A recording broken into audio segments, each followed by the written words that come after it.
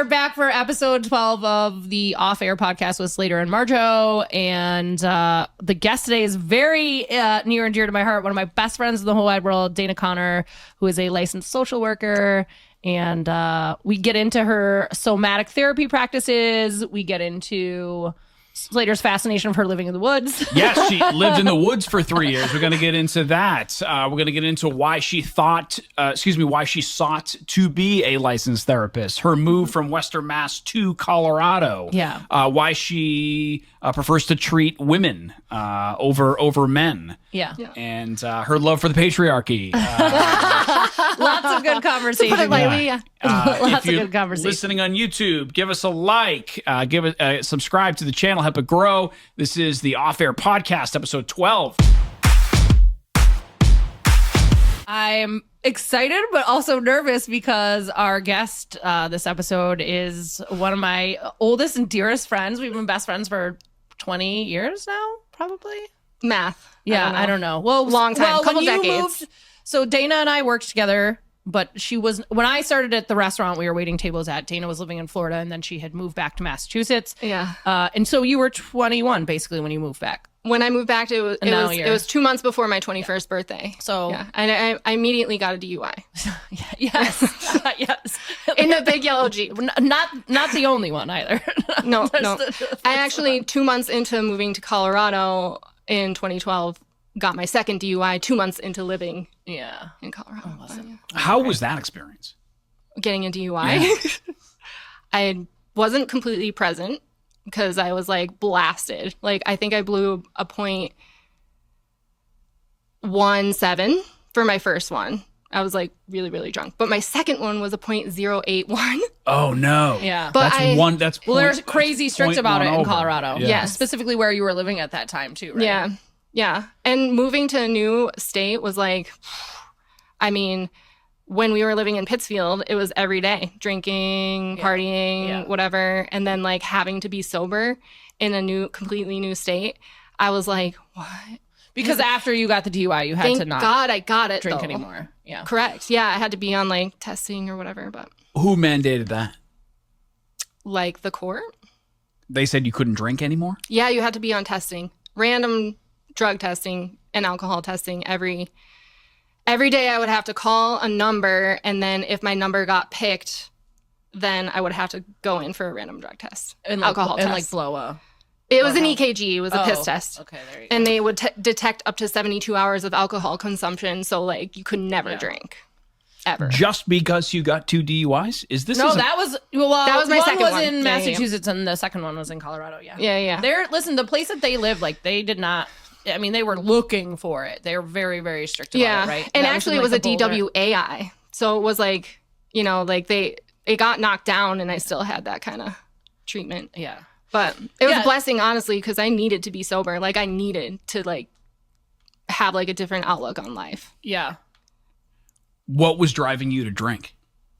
It was just like how I grew up. That's it. I didn't like know. It's a common story, right? Like you don't know how to be social if you don't have a couple drinks, and then like before you know it, you kind of like. I mean, at least for me, I lost myself a little bit. Like, I was like, who the fuck am I anymore? Like, I don't even know myself. Yeah. Because I was just, like, getting hammered all the time. Also, transitioning from moving across the country, like, you moved out there with one of our mutual best friends, which was nice. But, like, you guys are also still navigating. Like, it's really hard to move and pick up everything and then be, not have any close friends, not have that support system. Yeah. I just needed to get away from Pittsfield. Yeah. I just had to get out. Yeah. Berkshire County. Listen, I think that's a common tale, right? Kind of getting out from your roots. But now, like, you're back temporarily, but like you love to come back now, right? This time around, I'm like trying to look at things differently. I'm really trying to actually form a new relationship with this town. With your and hometown like the of, like, where you grew landscape, up. because like my relationships are pretty solid. Yeah. I'm staying at our friend's house for 3 months the entire time we're here. Like my, family is pretty, relatively solid. Yeah. And it's just like the land here. Like we didn't like go out and like go for a hike you know, like yeah, we did, when Dana but and I like were it wasn't. living, yes, when Dana and I were friends in our early 20s, we were waiting tables, bartending, and we were just about that early 20s life. Like we weren't like, oh, look at the beautiful landscape of where we live in. We were like, okay, what time are you out of work? How can we get? Where are we getting fucked up? What bar are we going to? Who's driving? Like that was just that was the life. And now as an adult, I think you just have a different. I know. I went to Greylock and I was like, all these trails that I haven't like explored. I went there a couple days ago. So why Colorado?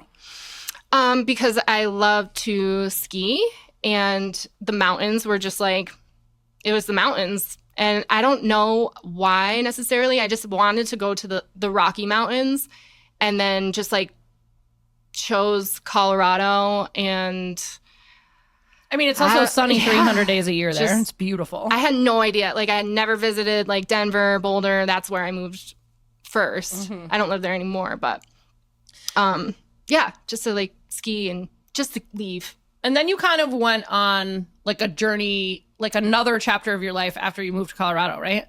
I mean, you lived in a hippie commune. Slater, this girl. I knew this was going to come up. Okay, because it's the wildest thing ever. So I'm out in Colorado visiting her and our mutual friend out there. And Dana's like, come, they're in the Boulder area. Dana's like, come see where I'm living. Yeah. And I knew it was like a community. I lived outside for 3 years. Talk about shedding layers. I was like, because like I said, I don't know who I am really without like drinking and partying or whatever. So I moved to. She literally lived outside for 3 years. I lived in a teepee. I lived in a tent. I lived in a van. I lived out of my car. Remember that like truck bed trailer thing? Yeah, I lived in like a little truck topper camper thing that was just like on a plot of land. So when you weren't drinking, like when you were sober, what did you feel like? Like just an existential crisis, or what do you mean you didn't know who you were? When like purpose wasn't drinking, or I started to find out who I was when I stopped. Yeah, like I would go out in nature like all the time. Nature was my saving grace, and that's a big part of your. We should say that you are now a licensed therapist, right? I am I'm a licensed social worker. I got my master's in social work. And then from there, you can like, my intention originally was, well, speaking of, I mean, I could trace it back, but eventually my intention became to be a therapist, and it was either licensed in professional counseling or social work, which you can do the same thing, but with social work, you have more options to do other things outside of therapy. So like in the future, if I get burnt out from therapy, I can choose something else. Like, I don't know, work in a school. Or but right now, nature plays a huge part in your therapy practice, right? Nature plays a huge part in my spirituality and my concept of spirituality. And yeah, if people are open to it, then I'll weave that into my practice. Not necessarily like following any type of dogma, but just like knowing that you are a human being and you're connected to the planet, and that you're not separate from it and you're a part of it. And like, you're also a part of like a human family, and like, you know, and the animals are your family too, you know, and the plants as well. Like, you're just all connected. We're like one full unit. And I think people lose sight of that, just having, you know, like concrete jungle around them constantly. And forgetting like about the exactly. And just forgetting about like the seasons and how they change. And like, people, you know, you talk about like seasonal depression in the fall, because you know like winter is coming, and it's like, well, is it seasonal depression, and is that like a diagnosis, or is that like because you are shedding layers, like what happens in the fall and what happens in nature around you, and as you shed these layers, the veil starts to thin and you start to be able to see yourself better, and sometimes that makes you sad and depressed because you're like, fuck, like I have all these things that I am like you talk about a mirror, like reflected back to you. And so like, you know, I can go on a tangent, but by aligning with the seasons, you start to think about these like common issues that are like in society or whatever. And it's like, well, is it that, or is it just because you're so disconnected from being a human and what it's like to be connected to the planet. We were talking the other day, wild shit, right? No, I know. I can understand exactly what she's talking about. Yeah. We sort of forget who we are. Right. And we are, like, primarily we are who animals. We are. Like, we are animals at the end of the day. And look Yes. at how other animals are affected by season change. Like, Correct. naturally, just how the Yeah. planet Yeah. moves And affects then how... they go inward and they hibernate in the winter, right? And so like then Some. it's a time to like be introspective. And then when the summertime comes around, we're like more vibrant and outgoing and like, you know. Well, interesting. But what about if you live on the equator? Or near, or where seasons aren't really near changing, the you're equator, saying? when seasons aren't so exaggerated or I mean, profound. have you ever like been down to the equator and like met people down there and they're like island vibes, man? Yes. They're like I've only super. been to Panama. Yes. Have you met somebody that is like seasonally depressed that lives on the equator? No. Well, I've only been vacationing there, but no, not really. Actually, yeah, I guess I mean, that's I'm sure I don't depression know. exists there. For but- sure. Sure. Yeah. Well, that's the interesting part about Dana's practice, and what I find so fascinating is that I find myself to be an analytical person. Like, I want scientific proof that this is why this is happening. And we've had long conversations about this. But I think there's obviously something to be said for things that can't tangibly be proven. And, you know, that's...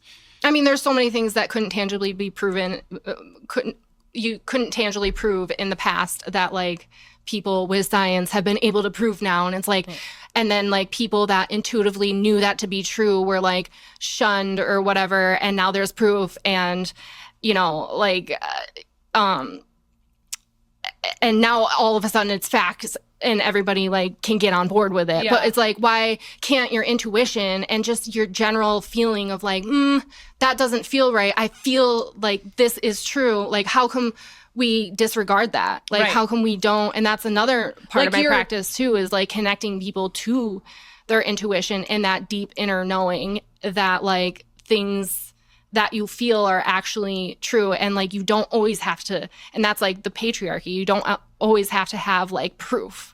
Yeah. Like, I mean, that is proof enough. I think that's the first example you gave me when I was asking you about it. Like, gut instinct is the perfect example of things that Yeah. cannot be Yes. scientifically proven, like a mother's instinct or your gut instinct. Like, you can't explain scientifically why that's happening, but like, that's 9 times out of 10, your gut is telling you the truth, right?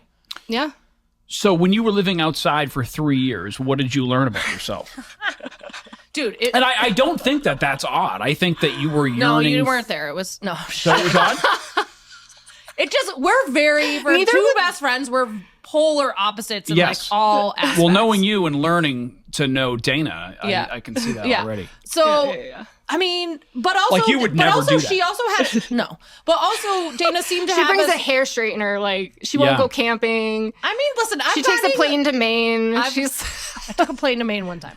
I've gotten a little bit better. Anyway, oh, I lost my train of thought with the plane to Maine.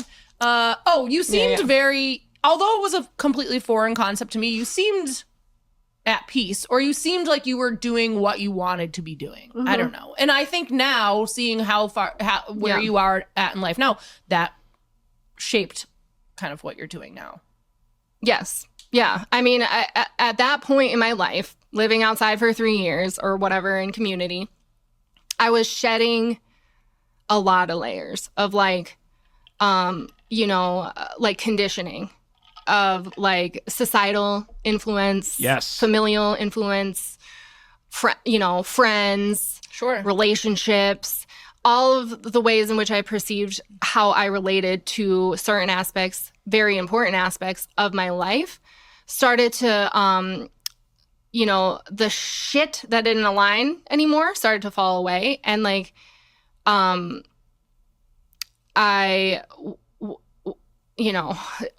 consequently was able to just come in deeper contact with my true authentic self. I don't know, like in the nutshell, we don't have time enough I couldn't share everything I've learned, but I did learn that like, how to be empowered in my voice and in my truth so that I could have more meaningful connections to my external environment, but more importantly to my internal environment. If that makes sense. No, it really does. It's pretty esoteric, but it's like, I don't know. For example, I grew my armpit hair out because I was like, fuck this. What is this? And you don't understand, this girl used to take 3 showers a day and shave 3 times a day. I brought a razor. Our friend will tell you, we went to a festival one time, and I literally brought a bucket of water and a razor because I was like, I need to shave my legs. Right. It was my first time at a festival. Right. And then flash forward to this girl growing out her armpit hair. Go ahead. You know, like, do I want to have armpit hair because I have to shave? Because if I don't shave my armpits, are people not going to accept me and love me? Like, is society gonna? Or like, do I shave my armpits just because it's aesthetically pleasing? Right. Turns out the latter was true. Like, I just you went back to shaving your armpits. To me, like, I just like because of the style, like whatever. Yeah, social norms and social constructs are fascinating to me. Yeah, like we sort of decide collectively as a community how we should live and how we should look, and anyone who sort of goes around that is perceived as wacko. Mm-hmm. Yeah. But I took a nap. Marjo thought I was wacko for sure. Well, I can see someone. I just thought you were exploring like weird shit. I mean, I don't know. It's very cultural. Why is it weird though? That's what I'm wondering. You're right. Why is it weird? You know what? It's not weird. It's just different from everything that I knew, and different from. Well, you were probably still getting drunk, and she wasn't, right? Well, yeah, probably. I mean. But I don't think the. And what I mean by that is, I don't think the alcohol had anything to do with it. I think it was just very different than like societal norms. So yes, when somebody starts doing something that's differently, like, look, if you see somebody walking down the street acting like a weirdo, whatever the relative term means, you're going to think to yourself, wow, that person's acting like a weirdo. Like, it just is natural when somebody's going against the grain for that to register. Definitely, especially in your 20s. So yeah, herself at the time didn't change. Like, when I hung out with her, even though Dana had long armpit hair, when I would go out to Colorado, how long was it? She was. She was still good question. Same. I was like, she was still the same person. Brushing my. No, but you shave it now because you don't like the way it feels. I dyed them green. No, I'm just kidding. I didn't. Just because I like, you know, you style your hair the way you want to because it whatever, but not because somebody else said so. Yeah. Not because society said so. So the three top things you learned from living outside was shave your armpits. No. In terms of connectivity to the earth. Yeah, that like your body and the things that happen internally are cyclical and aligned to the seasons and also like your cycle. Mm-hmm. As a woman, or even as a man too. Yeah, Slater definitely has a cycle. Yeah, I can feel it. I'm just kidding. I do. I'm cyclical. And then I think like just that concept of like being universally connected. You know, like as a unit. You know, like there's not a separation between you and I. There's like a connection there to everybody. Because you're the same species? Because we're all important and an integral piece to, you know, whatever is at play here. Yeah. Which who the fuck knows, really. Yeah. And then, I don't know, the third, that was a question, right? Yeah, 3 things you learned. Yeah. I think just how to be like a better person, like, I mean, I healed a lot in terms of like my anger. I had a lot of anger issues, and then Dana was a wild woman. I was not mean. Well, you were just angry. I shouldn't say you were a wild woman because I think a wild woman's a compliment. Yeah. What were you angry at? I became wild. Yeah. I don't know. Don't ignore Slater's question. I was angry at my mom. I don't know. Yeah, I was angry at my mom, and let's see. How can I put this? That's like... I was angry I was brought up in a very abusive household. And I learned certain behaviors. And I wasn't processing a lot of like the trauma that I witnessed and went through. Ooh. And I think a lot of that, and maybe I'm speaking out of turn, but I think a lot of that trauma came when you felt like your mom should have been protecting you and she wasn't. Or maybe all that's an aspect in your Hugely, life weren't protecting you. Yeah. Is your mom living now? Yes. She lives in New Hampshire. How's your relationship with her now? I plead the fifth. Gotcha. Dana's a very forgiving person. I can't, like, I could get... I don't know. You don't have to. You can say whatever you can say whatever you want. You don't have to say anything. It's cool. Yeah. It's complicated. Yeah, I'm sure it is. Yeah, deeply. Yeah. We could get into it like another time. Yeah. I mean, parents are. It's tough. It comes to this point when you become an adult that you realize your parents are just people too. Like they're just fucked up people, just like the rest of us. Yeah, like just trying their best. Right. You know? Right. Sure. But also, I'm not saying that as like a pass. No, exactly. Yeah, not at all. I think there's a lot of things that she does that I can't. No, because you don't want to be disrespectful. Well, incriminating. Don't. I don't care about the disrespect. Incriminating. I will also say for the record that Dana's dad is one of my favorite human beings on the My planet. dad was my He saved my life. Yeah. He saved my life. Best. He was the best. He is the best. Yeah, for sure. I love my dad. Yeah. Yep. Somatic therapy. Yeah. So that's what. So when you hear the word somatic, what do you think of? I had to go on go on your Instagram page, which is Rogue Wellness, right? Yeah, Rogue Wellness Counseling. I had to grok it. I didn't know what it was because Marjo was like, I said, well, Dana's here. You want to have her on the podcast? I said, absolutely. And she's like, she's a somatic therapist. I'm like, what the hell is that? Mm-hmm. I was like, I don't really know. Let me go look at these slides on her Instagram page. I was like, I'll talk to any therapist. Yeah. So therapy, the common perspective of therapy is that it's like clinical. You sit in a room, you talk about your problems. Like, I don't know what anybody really expects when they go into therapy. Like, I think it's different for everybody, but on some level you are most likely going because there's like an issue in your life, some complication or concern that you're trying to like heal from, or maybe you're trying to do something differently, change a pattern, behavior, perspective, whatever. Like, people have many intentions. And so from like a clinical perspective, sure, like, come in, let's talk about your problems, and then maybe I'll give you like a tool or two that you then incorporate into your like day-to-day life. And then, you'll feel better. And I think that can be true, right? Like, I think therapists can give people skills to change their behaviors, perspectives, thought patterns, and belief systems to like align better with like, their life. But then somatic therapy takes it like a step further, where you're not just talking about the complications of the mind, but you're also like getting your body on board. So like, have you ever like known something to be true, but you didn't like know it to be true? What do you mean? Like, I thought it was true, but I wasn't. Like, I didn't have 100%. I know that I am worthy of love, but I just don't feel it. Like, I just don't know it. I just don't know that I'm worthy of love. Yeah. Okay. Right? Yeah. Like, I know that I am like a good person, but I just like don't feel like I am. Mm-hmm. Yes.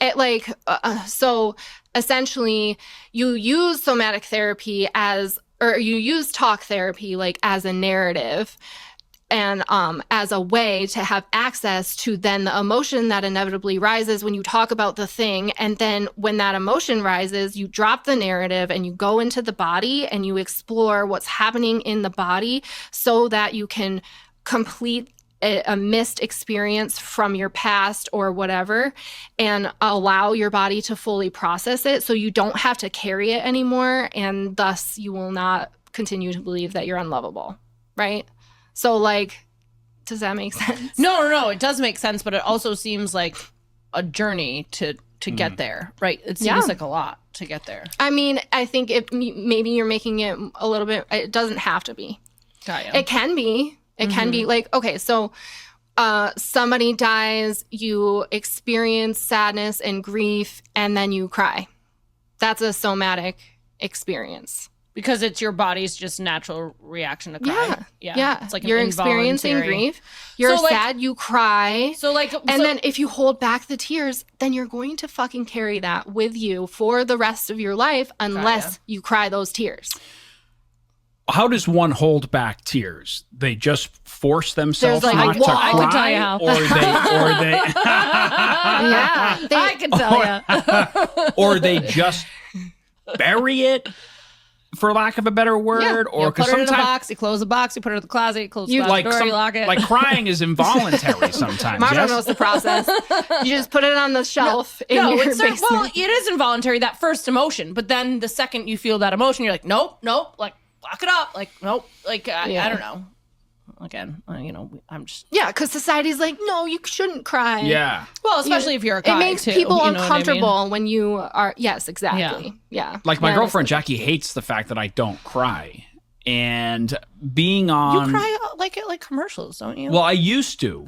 Especially if I had a couple of beers and a gummy. There was a point there where I was crying very, very, very easily, very quickly. Like things would when kids would get beat up by bullies, I cried. Yes, post Georgia. Yes. Yeah. So post your wife. That's like because you're, I don't know, you were deep in your grief. Of course, commercials and stuff are gonna make you cry, and but I was trying to have things to process. Or when like sort of like triumphant endings to movies, would trigger it. Yeah. But nothing in the real world, just stuff you were seeing. Well, I was spending a lot of time on the couch. Yeah, I know. Songs in the car sometimes. But what I noticed when I went on antidepressants, that stopped. Yeah. So is that a good thing or a bad thing? Yeah, I don't know. I mean, that's another loaded question. Yeah. I mean, it's different for everyone. I do feel like antidepressants have their very real and important role in mental health, 100%. Yeah. I do feel like antidepressants have a tendency to block not just sad receptors, not just depressed. Meaning they block like happy receptors? Sure. Too? Yeah. How many times have you felt or heard stories about people that like take antidepressants and they're like, I just like don't feel anything anymore. Yeah. I feel but is that better than feeling? Do they think that's better, or is that better than feeling? What's better? What do you mean? Sure. Good question. I don't know. I mean, people are taking antidepressants because I imagine their depression is weighing on them enough where it's affecting their everyday life. Yes. So is the numbness better than the depression that's negatively affecting your everyday life? I think that when you take it, again, it's specific for everyone, but you can have depression that is so severe that you just cannot function. Yeah. So taking an antidepressant can help to kind of like ease that a little bit so that you can have the opportunity to look at certain things that might be happening in your life that are causing your depression. So just gives you a little more clarity. Antidepressants should be coupled with therapy. Yeah. Dude, I say that all the time. And listen, I know nothing about anything, wrong. But I say this, one of my best friends, I think about him all the time. Like, I just feel like, again, I know nothing about anything, but I feel like if you are prescribed antidepressants or medications that are affecting the chemicals in your brain, like, that should be coupled with, you should have to be checking in once a month with somebody. I don't know. I just feel like they're very easily given out. And I feel like they can be coupled. And I think they're super, super important. And I hope nobody takes it as me thinking that they're not. I think they're vital for some people. But I think coupled with exercising, and I don't mean CrossFit, I don't mean the gym, I mean going for a walk, I mean getting outside, getting fresh air, whatever your version of exercise is, and like therapy, like all that needs to go hand in hand. It's not, I think just taking the pill is a here's the other thing too, is that like some people do have like a chemical imbalance in their brain, right? And antidepressants help with that, especially like SSRIs and stuff like that. That's what I'm on, an SSRI. But this was more for like obsessive intrusive thoughts and thinking and stuff. Not necessarily behaviors, Well, I guess it sort of turns into behavior, but mine but wasn't like turning off the stove all the time. So then you go to your therapist and you're like, okay, help me with tools that can help me refocus.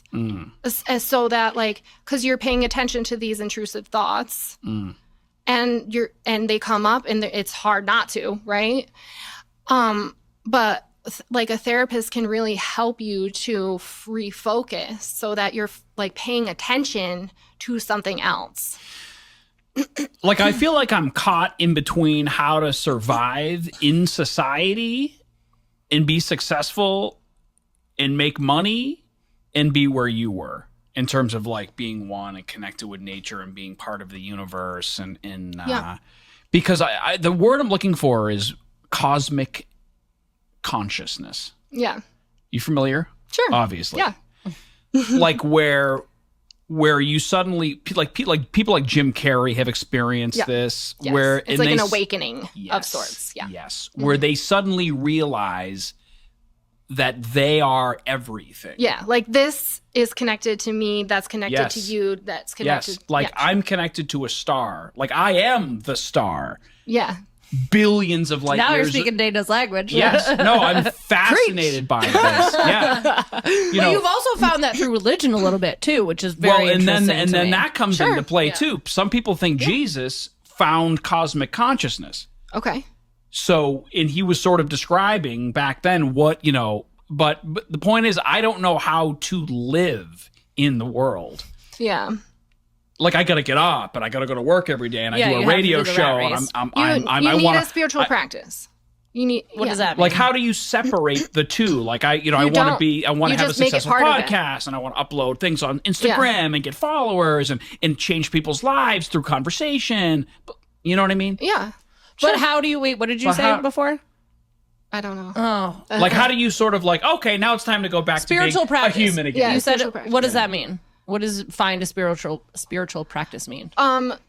Certain people might call it prayer or whatever. You can have certain like rituals, journaling, conversations that you can like implement into your life that will connect you deeper to like the core of your being, right? Like every morning I wake up and I say like, thank you for my life today, right? Because I'm just like connected to life. Life is a gift. And I just give gratitude. Simple, right? When I sit down, that's a daily thing. Who are you thanking? Yes. Who the fuck knows at this point? Yeah. But like nature, yeah, just that's fair. just thank you for, because the universe. On some level, like if you really think about it, it is a miracle that we're here. It is. Yeah. And so I couldn't like agree more. every day we wake up, and every day I wake up and I just give gratitude for that. Yeah. I sit down to eat and I just have like a little prayer, so to speak, of like, thank you for this meal. Like, may it nourish me, and those who are less fortunate, like, may it nourish them too, or something. And like, thank you for providing. Do you care about money? Yes. Do you want a lot of it? Yeah. See, and that's another thing when I moved outside and lived on a commune for is that I at the time was a massage therapist, and I was like, fuck money, Yeah. I'm gonna barter everything. And I just didn't care. She sold like all of her shit, everything, anything that couldn't fit in your car. You sold, I right? gave And your skis, everything away. I like everything. And I and then I got to the point, long story short, to where I realized that money is just an energy exchange, and that it provides a lot of, support in so many different ways. Almost everything. Right, which is where it gets like tricky. Yeah. But I started to heal my relationship with money to where, material things. Yeah. That's why I gave all my stuff away. I don't know. There's a lot to say about money. But But at the end of the day, money is just an energetic exchange. But you also do love it because you need it, because what you like to do costs money. Traveling costs money. Skiing costs money. Hell yeah. I mean, going on vacations costs money. Like all these, you know. But do you have a lot of stuff? Not She lives in really. a tiny home. No. Oh yeah, do you? No. Well, it's just a small home. It's a No, that's tiny no. home. I mean, I think the older Dana, I get, It's 450 square feet. I'm living in a and I live with my 3-bedroom. boyfriend. Yeah. I'm living in a 3-bedroom house by myself, and all I can think is, I don't need any of this shit. Like I used to be obsessed with like going to Home Goods every weekend and like buying stuff for that, and you just don't need retail. You just don't need shit. the more I grow up, the less I realize that you have to have. Like, it I literally just doesn't equate to happiness. It just doesn't. It I doesn't. could live in a tiny home, and if you had asked me 10 years ago, I would have laughed in your face. Yeah. But I like, would have literally, laughed in your face if you said that to That's me. what I mean. would've But been I like, just yeah, don't right, really. Marjo, you would... I just don't really. I want a need TV. anything. I do want the internet That's fine. We all love because the you internet. can learn through the internet. Yeah. And So and, what, I want a TV and I you want a can learn through refrigerator. the internet, and also the internet is hilarious. Yeah, it is, Like yeah. what? Like Sure. who cares? Absolutely, yeah. The internet is the internet. And it keeps us all Dana loves a good connected. 90s child meme. Yeah. Dana loves a good 90s child meme. And that's really about it. Like, you know, I mean, Yeah. I bought a 4-wheeler. I use And how fun. I use it to use it to move snow, and that's it. I mean, I do have. You would use I mean, it for I'm- recreation if your lifestyle was You know, different. Jackie and I are in the middle of raising kids, so the time constraint is there. But like, I used to think that a boat and ATVs and cars and that stuff is multiple of fun. things Status. like used to and status Yeah. and used to real like that was a symbol of making it, and then I'll be happy, like, and it's Right. just so far from the truth. It's so far from the truth. It's so far. But from I the also truth. think you can have an aspect on life that Dana has and that we're all kind of trying to achieve, and also still know that money's important. Like, both things can exist. Like, I used to think, like, well, no, if all it is connected to nature and we're all just one big human race, and if it's all that shit, then why does money matter? Well, both things. Because it does now. Exactly. Because it does. We don't live on the land anymore like Right. we used to. Right. You know, like we don't live in community like we used to, where we could just when trade. literally it was a village. Where it was a village, where like you had one like woman who was like the mom of all the kids, and like, you all worked together, and like you knew your kids were being taken care of over here, so you could go tend to the land or go out and hunt, and I don't know, just like, and then you trade in that way. You don't need money if you have like a working, cohesive like unit. Well, wasn't right? that kind of what But then your people- community was like in Boulder? Like, Wouldn't you that guys would have were been all, like- nice, yeah, but I think a few people had like different. There's a couple bad eggs in there. Oh yeah. So primarily, Was why it the do you- lady who wanted to read my irises? Was it that lady? This lady wanted to read my irises. I was like, It's called iridology. because she said she could read. She told me I had beautiful eyes, Yep. obviously, and she got real close to my face. Was like, I could read those for you, and I'm like, oh, good. Yeah, So- it's It's like like, well, it's that. it's So like you said no. essentially like reading your palm or like the astrology That or shit's whatever. real? Palm reading and stuff? I don't know about palm reading. I'm not saying it's not real. I You're- believe it is, but I don't know enough about it to speak to that. But you're into like celestial stuff. Like, were you telling me the other day about like moon cycles or something? I don't remember. What The you were talking Lion's about. Gate just happened Yes. on 8/8. Yeah. And actually I think is still happening until the 13th. What's that? Again, I don't know too much about it other than the fact that like it just helps you. It happens every year and aligns you deeper to like your internal self. Why? So if you felt chaotic at all in the last couple of days, probably. Thank you. Or tired. I've been so tired. Yeah, I felt tired too. Yeah. Yeah, I just Yeah, thought yeah. it was the full moon and the tequila, but I mean, I guess. Well, it happened during the full moon too. Why do your patients come to see you primarily? Well, to be fair, I'm pretty picky about who I choose. Why? Because my time and energy is important to me, and I don't want to have Gotcha. it drained on people that I don't resonate with. They can find care with somebody else that is more passionate about taking care of whatever they come to me with. So, like, my ideal, but to answer your question, client would be like women who are, again, it's pretty esoteric, but looking to become like more empowered and true to their authentic self. So they're in a relationship that they've been in for a decade. That's like not the relationship they're meant to be in. And they have a hard time leaving or using their voice, or they're consistently being gaslit, or the dude's narcissistic and controlling and abusive and whatever. Like I love those people. Am I allowed to say you just listed attributes of basically all of your ex-boyfriends? Yeah. But I don't mean that in like a tongue-in-cheek way. I mean, like, you're helping, like, you're paying it forward. Like, what you were able to do with your life, you're now paying it forward to these women, right? Yes. So Marjo has a great point. I like to work with people that like I can relate to, because I have like had similar life experiences and I know that I can help them because of that. Do you think that situation is rampant? What, relationships that are toxic? Yeah. Like with women that like, yes. Yeah. Yeah. For sure. There are a lot of like children in this world, and they're little boys that want to be mommied and don't know how to be responsible and take care of themselves.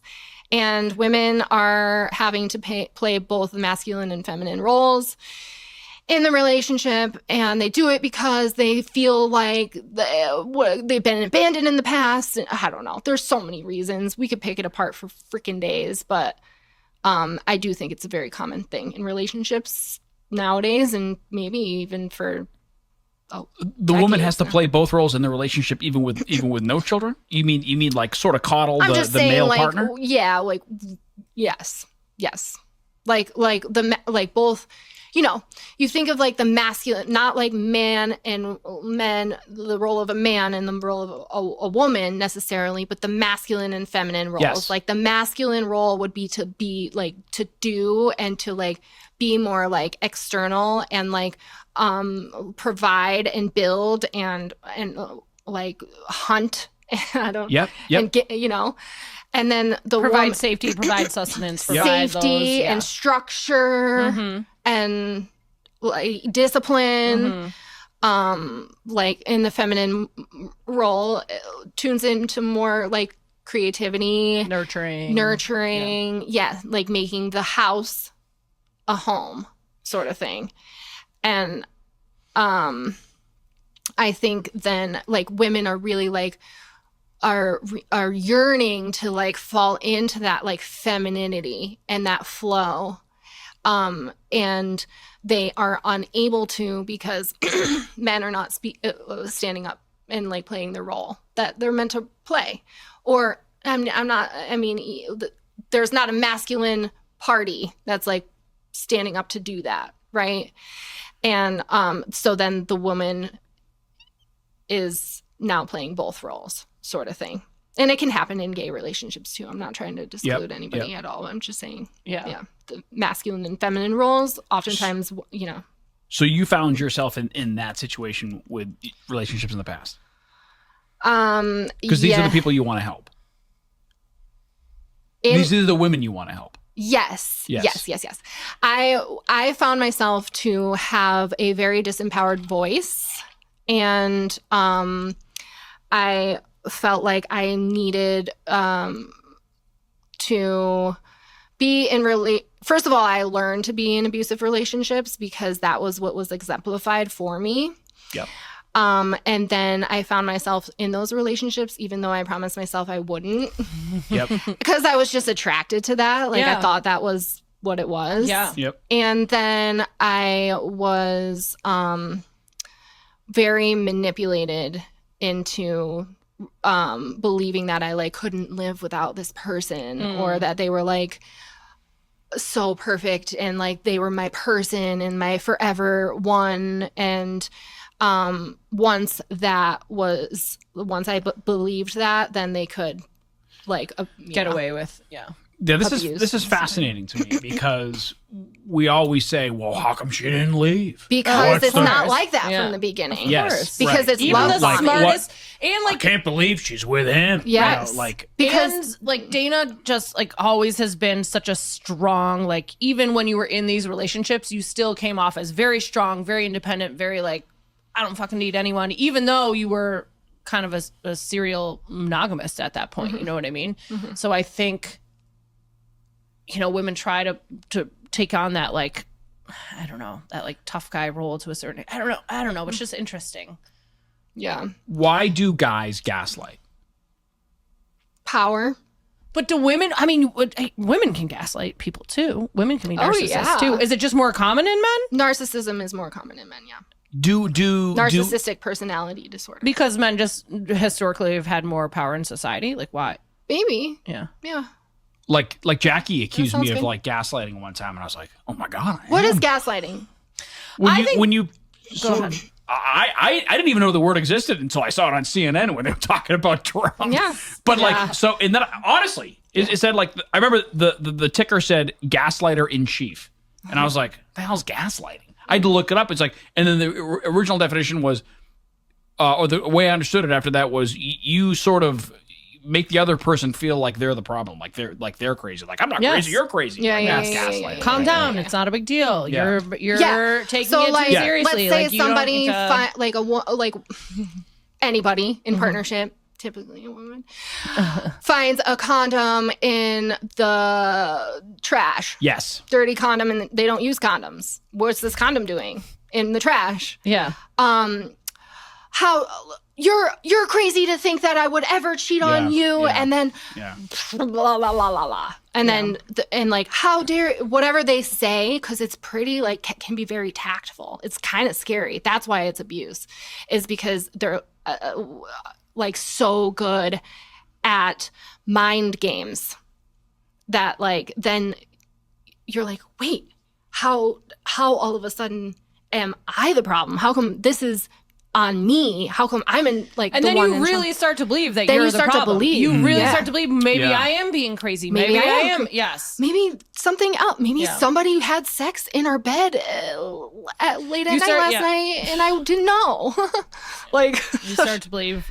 Yeah, because you want there to be an explanation for it. and you know what I mean? and good ones make their person believe that they like literally could not survive without them. And so oftentimes, like if it's very serious, they will begin to manipulate you to cut ties with like everything else in your world, so that you literally feel like you cannot live without this person, because they're the person that you've lost makes all all the friends. money, provides you with food. You don't have any friends or family anymore. Like it can get really, really, really, really bad. What do you do? Have you had a couple? Because you see individuals and then couples together, right?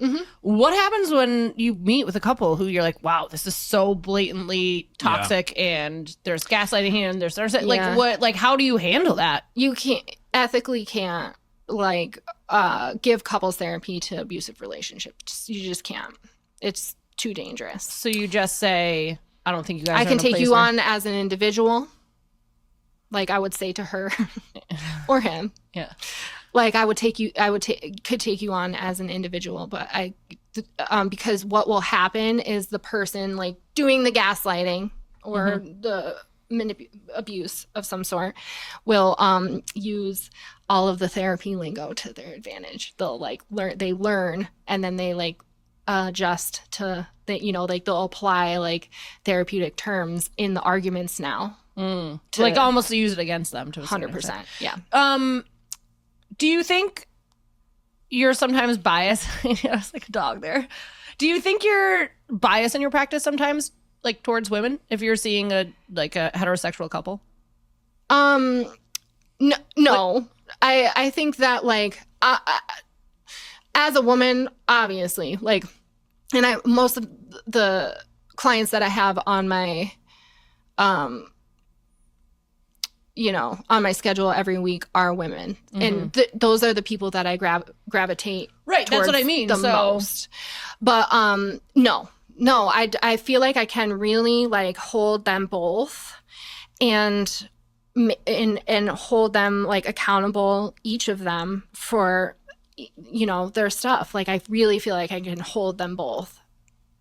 And sure, there might be times where like I'll have like a personal Countertransference is what, like flare, where I'm like, ooh, that like resonated with you a little more. A little bit, yeah. But then I'm also in supervision, so like I can talk to my supervisor about that, and we have like group supervision where we talk about those kinds of things. Like, yeah. So I'm dying to ask you the state of your current relationship, because it seems like you found a great guy. He's awesome. And what does that Love mean? You, Chad. What's a great guy? Because you've had not great guys in the past. Okay, so when Chad and I met, we, like with every relationship, we're having a lot of fun together and having like really, really great times. Honeymoon. And like, sure, yeah, it was just fun. Yeah. And then he was like, I really want you to be my girlfriend.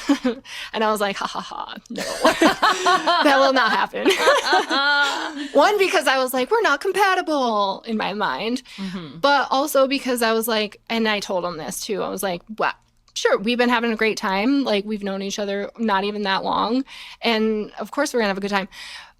But what is important to me in a relationship is that I want to know, can we navigate conflict? And I don't know that because we never been in conflict. So I have no clue how you're going to... I mean, I've been on. That's not what I said. No. I've been on. I was saying at the time, I was like, we had never been in conflict. Gotcha. Yeah. So how am I to know, like, how you manage that at all, you know? And then, like, a couple weeks later, we had this thing happen, and I was super triggered, and he was super triggered, and we were like, I was triggered, but I was too. And then it was like, okay, like, let me hear you. Let me listen to you.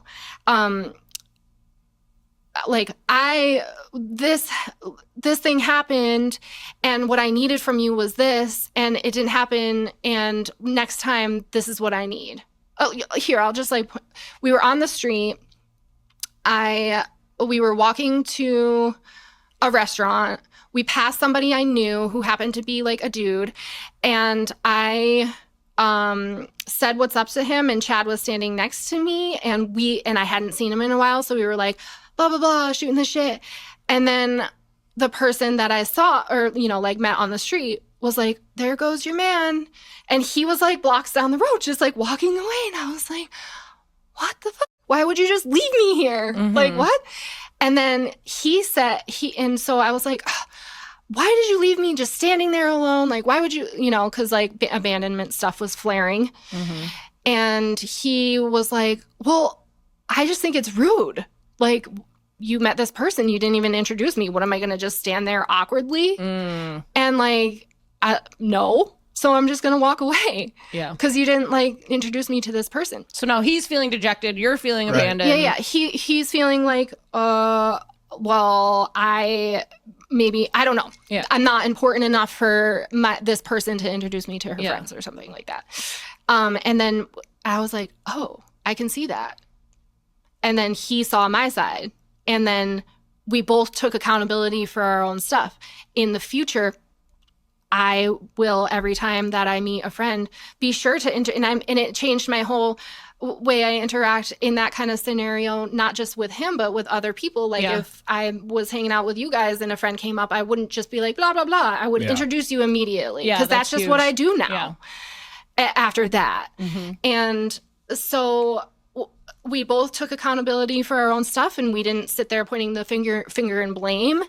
And we navigated it really beautifully, I believe. And then we talked about it too. Like, I think we took a little bit of space as well, and then came back together and talked about it. And later that day, I was like, I think I could be your girlfriend. And and then we got matching tattoos like 2 weeks later. How long's it been?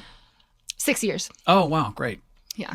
He's a rock star. Yeah, he's great. I love him so much. We're going to have him on a future episode. He's a radio DJ. Yeah. Or what? He was. Then he realized there was no money. He's like, I had to. Yeah. He was a radio DJ. He still does production. Yeah. He hosts for the radio. events. Yeah, he's like the MC Yeah. of. We live in Durango, Colorado, so he's like the MC that does like every kind of like event. He is also now doing stand up. He's been doing stand up comedy, but he's also doing improv. He actually has a show in New York City coming up in the end of September with the improv crew. Yeah. Who does he like for stand up comedians? Oh my gosh, I can't even remember. Like a stand up ever on in the house? Not like, no, it's not just like playing in the background, but we will go on road trips and we'll like listen to stand-up comedy. If you named a few, I'd be like, yeah, that person, but I'm not. I don't really remember who he's into. Yeah. I mean, there's so many. He just like, I can picture a few of their faces. Yeah, I don't know. I'm sure we've Is talked it like about Chappelle, it before. or does he? Sure, yeah. Like Anthony Jeselnik, or That doesn't sound familiar. Gaffigan. I don't know. I don't think he vibes with Gaffigan. No? He One of likes, Slater's favorites, and I can't stand him. yeah, He's just the king of clean comedy. You know, well, okay, speaking or of then clean. like Kill Tony guys. No, clean like not swearing, not like Yeah, clean yeah. like sober.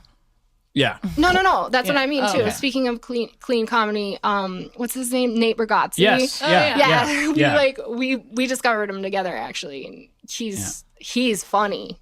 Yeah, but he also really he's kind of like raunchy. He's pretty. Some of the jokes that I know he wish he could tell, he won't tell. Who, Chad, you're saying your boyfriend is raunchy? Yeah. He's got a really funny sense of humor. Yeah. Really funny. He can. I can't wait to meet him. Yeah. Yeah, you'll love him. He's a There's a few character. things he has to filter, but I mean, that's the world we live in now, you know? Do you want to have kids? no, Yeah. for God's sake, no.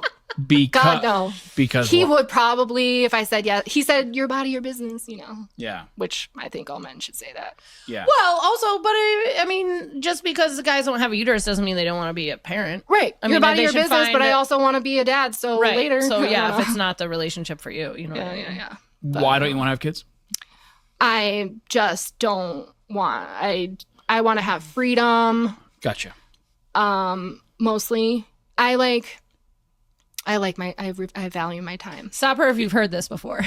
No, listen. From it me is. every It day. I is. value my time. It's a and my sacrifice freedom. for sure. Yeah. Yeah. It is. Yeah. Raising Yeah. kids is especially if you're a good dad or a mom Yeah. and you're giving up. You're giving up You're years no of your life. longer your priority. Yeah, The number one priority yep. in your life Yeah. becomes your kids. And that's also hard to balance Right, with right. a partner, too. Yeah, because then Chad would like take a backseat and it would just be the Right. kid. And it's like, I want to just focus on us. I don't know. Like, I don't have any, some women are like, their ovaries are like juicing to have children. And I'm just like, oh, it's so revolting. That happens when I see a guy. That happens when I see. So revolting. Oh my God. I Talk about the cannot ick. relate. I cannot relate. You know like, how not some one girls are like, single oh one. my God, they see a baby. They're like, oh, my I'm Yeah. fever. That happens to me when I see a guy with a dog, by the way. If I see a guy with a good dog, I'm like, okay, that's a wrap. Let's go. It's over. It's over. Yeah. Which Dana has told me is unhealthy, by the way. What? The dog. Remember when we were talking about dogs? Like you were dating a guy who had kids at the time, and one of our friends gave you advice that kids are easy to love. Because remember, I was like, Yeah. I love this guy's dog so much. And you're like, yeah, because dogs are easy to love. Correct. Yes. Yeah. I was dating a guy that had kids, and I was like, I can't leave because he has Because of these the kid, kids, yeah. and I'm like, and our friend gave me advice at the time, and she was like, yeah, but kids are lovable. You know, like a dog is a lovable creature. Right. Like that you don't- doesn't change you don't your fall in love- relationship yeah. with the other person. Right. Yeah. Yeah. Dana also gave me this great advice, which I think is viable, obviously, in relationships, like romantic relationships, but also in friendships as well. And it's literally so simple. It's wants and needs. Yeah. Like a good relationship. Like I know. she Yeah, I've heard you guys communicates- talk about it a couple times on your Yeah, podcast. because about it's needs. true. Like what in a relationship, even in a friendship, Dana, this is what I need out of our. This is what I want out of our friendship. Yeah. This is what I need out of our friendship. Can you provide that for me or not? It's two things. One is the intention. You're setting, by stating your needs, you're setting an intention where you are going to show up in this relationship a certain way, and this person is, now you're both on board because you've like set this kind of like needs-based intention. But also like we all come with shit, you know, like we all come with something, right? So like, let's say something happens and it makes you feel some type of way. Let me try to think of an example. Like, I'll just use what I just used. Like Chad, he, something happened where I didn't introduce him to the person, and then he felt discluded or like he wasn't important. What he needed was an introduction. So would you be willing to introduce me next time you meet a friend and I'm just standing there awkwardly on the street? That's a need. You know what I mean? Like, when I have a long day of work and I come home and you immediately are telling me about your day, it doesn't give me time to like settle in and like process my day and like have a moment to myself. I'm automatically having to engage, and it's making me feel like I can't show up and connect with my family. So could you please just give me 30 minutes for me to walk in the front door so that I can have some space to just like settle and like process my day and just like get things situated, and then I can be available to you and my family, right? Like, so that's what you want. Can you provide that to me or not? That sounds so healthy. But what if your partner turns around and says, I can't do that because like in Slater's scenario, I can't do that because I've got 3 kids hanging off my leg, and so I've got she's got a need too, and, right? And then you listen to hers, and then you have it back and forth, right? So she's like, actually, no, I can't give you 30 minutes to walk, have alone time to walk through the door and settle your stuff, and then you find a negotiation. Instead, can you take that 30 minutes, like somewhere out, like outside or something, to where they're not seeing you, or I don't know, like try to find some like a negotiation. Yeah. Or like I can give you 15, but I can't give you 30 or 15, something, whatever it might be. Exactly. Yeah. Exactly. Instead of like, why do you do that? I can't stand when you do that. Yeah. Yes. Which but works it's so better? easy. A or B? What situation? Right. Because like otherwise you're walking through the door. You have to like engage immediately, and then you're like, get the fuck off me. Yeah. And then you're this person because you feel like you can't speak your need, and just speak your need. Just speak what you need. But you speaking your needs is also scary, because what if that person's like, well, I can't meet what if they those can't? Needs, yeah. You know? And then you'll have to start to narrow your down, relationship. Are you compatible or not? Yeah. Yeah. Yeah. It's so simple, but so complex. And when you're riding high in emotions too, like I have a hard time, like I get worked up like so quickly, where it's like, okay, take a step back. Like you said, Slater, like, why do you have to always do that? Instead of having that reaction, like walk it back and be like, okay, what? Yeah. Jackie's really the only woman who has come to me with needs, and it was like, at first it was like I was like offended. Yeah. Like, I'm not enough for you. Yeah. You know, like, and that is something I need to work on for sure. You know, like, you know, I don't want to gaslight. I don't want to make anyone feel bad, you know, but like, you're not. I've definitely like in hindsight, I'm like, I've definitely gaslit before. Like, oh my God, I can't believe that's what I was doing. Like, yeah, because it was like such a, it's defense, you know, that's how kind of like, you know, yeah, I guess I don't know. You know, it's insecurity is it gaslighting and defense. or is it blame? I don't know. Yeah. I don't know. But I think gaslighting is, because gaslighting is a term that gets thrown around. yes, it is. It's definitely an overused word now, for sure. It's the buzzword. It has been for a little while now. So don't get down on yourself too much. I don't think you're like sitting out there gaslighting. I think that possibly maybe blaming. Yeah. You know, like you know, you're doing this and I'm getting elevated because I have to be an available dad, or, you know, like. And you are always good, at least when, I mean, I don't see your relationship firsthand a lot, but like from hearing it, like I think you at least acknowledge and validate her feelings. And that's the thing with when somebody gaslights you, is making you think that your feelings aren't real. Like, I'm allowed to feel the way I want to feel. Like, you can't tell me what I'm feeling isn't real or not. You know what I mean? Yeah. Like, well, you're always sometimes good she says about that I don't, so I have to work on that as well. I mean, well, then you need to tell her that, because definitely. you tell me that. You tell me that her feelings are valid. Like, you tell me, definitely. You know, of course they are. Yeah. She tells you that you don't want. She said to me before that you're not validating my feelings. Or, yeah. Like when she says, like, I feel. I don't want to talk. That is a rare.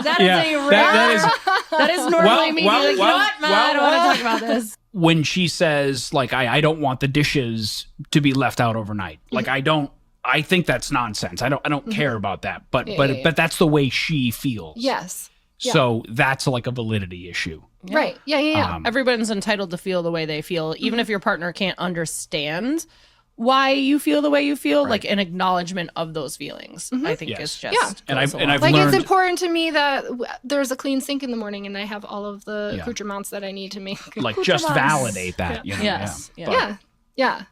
Would you be willing to do your dishes after you eat? Right. And again, how you're asking them, hey, Chad, by the way, would you be like, you left the dishes in the sink again. Be like, why the fuck can't I wake up to a clean sink? Like, or just leave them and I'll do them the next day. But again, that's I can't say you can't feel this way, because I disagree with it. That's the validity. That's an example of a validity issue. But anyway, we're out of time. Dana Connor, everybody. Great time. It's been a pleasure having you. Appreciate you getting candid. So fun. Yes. And we didn't get to talk about Marjo at all, and I'm so I don't think she would like it.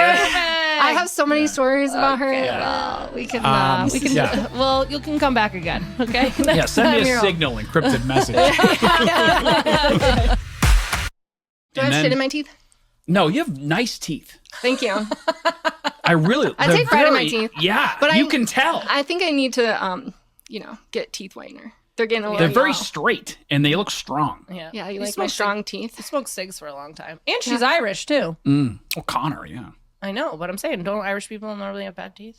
No, is that British people? That's English. No, listen, I already got the Germans upset. I don't need to get another fucking nationality.